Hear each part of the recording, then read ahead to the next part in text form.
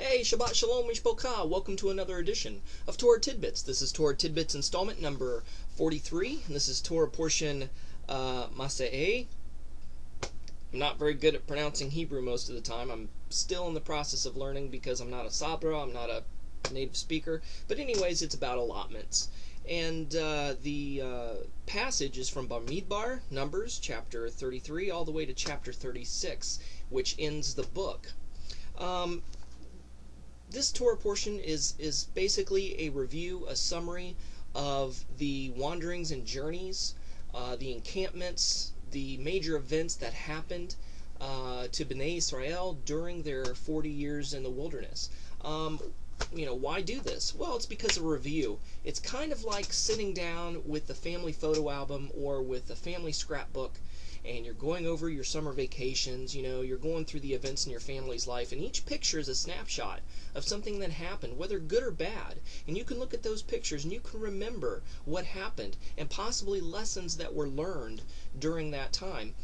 There were many monuments that were erected, stone pillars and, pillars with plaster and Paleo-Hebrew writing on it and monuments, etc.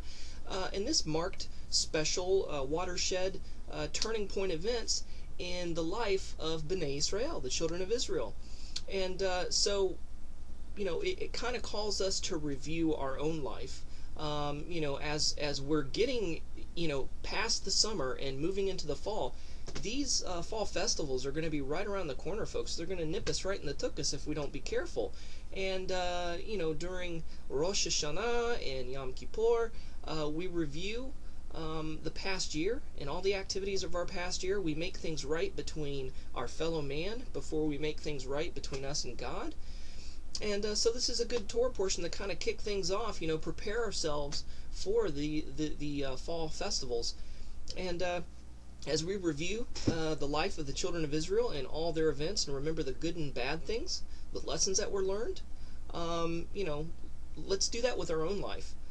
What we can take away from this, one of the biggest things, is we read about Israel's unbelief and stubbornness.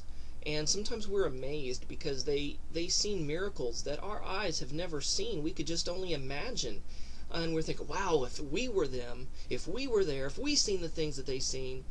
But you know what? It doesn't matter if we were there and seen those miracles or not. We're still human. We're still frail. We're still fallen. We still have spiritual and mental roadblocks that keep us, try to keep us from faith. The story of Lazarus and the rich man in the Brit Chadesha was supposedly a true story because Yeshua hid the name of the rich man so as not to incriminate or humiliate the guilty. And basically said, please, if you could just send somebody back to my brothers so they won't come to this place. Send Lazarus back from the dead. And he's like, look, even if I send somebody back from the dead, people would not believe. Yeshua was saying, you know what, even if there's miracles right in front of people's faces, they're still going to doubt. There's going to be people that are still not going to believe. And you know what? Somebody did raise from the dead. And it's 2,000 and some years later and people still don't believe it. So there you go. Yeshua was basically foreshadowing and talking about his own resurrection and how people wouldn't even believe that. So, just like the man prayed, who had the son that was demon-possessed. He said, oftentimes it throws him in the fire, etc., etc. And he says, if you can do anything, and Yeshua's like, if you can?